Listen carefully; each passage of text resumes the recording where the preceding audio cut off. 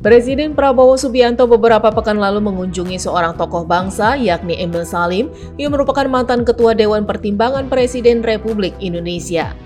Momen hangat terjalin saat keduanya bertemu di kediaman Emil pada 22 Januari 2025 lalu. Dalam pertemuan, Prabowo terlihat akrab dengan ekonom senior itu. Bahkan Prabowo tampak serius mencatat setiap pesan yang disampaikan Emil untuk kemajuan bangsa Indonesia ke depan. Pesan dari Emil itu sangat berarti bagi Prabowo hingga pesan tersebut kembali disampaikan Prabowo dalam sidang paripurna di istana yang dihadiri para menteri kabinet. Prabowo menyampaikan pejabat negara patut mencontoh sosok Emil Salim yang memiliki orientasi pengabdian untuk negara. Prabowo juga menyebut bahwa negara akan selamat jika tidak ada niat dari pejabatnya untuk memperkaya diri dan melanggengkan kekuasaan pribadi.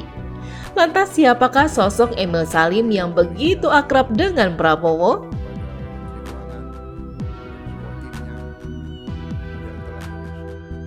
Emil Salim merupakan tokoh senior yang sempat menjabat di pemerintahan dan tokoh dari 3 zaman yang masih aktif berkontribusi untuk bangsa hingga saat ini.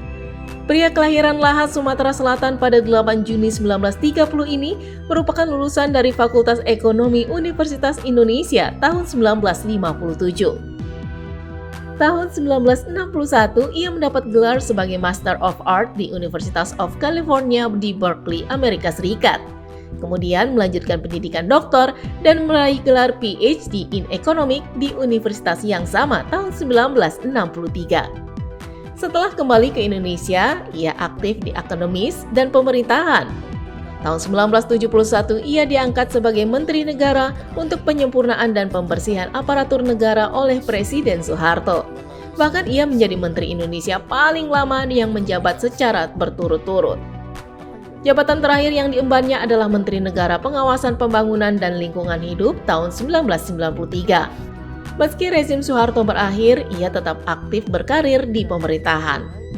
Di masa pemerintahan Presiden Abdurrahman Wahid tahun 1999, ia ditunjuk menjadi Ketua Dewan Ekonomi Nasional. Selanjutnya di era Presiden SBY, ia menempati jabatan yang sama, bahkan periode berikutnya menjadi Ketua Dewan Pertimbangan Presiden hingga tahun 2014. Tim HIT TV mengabarkan.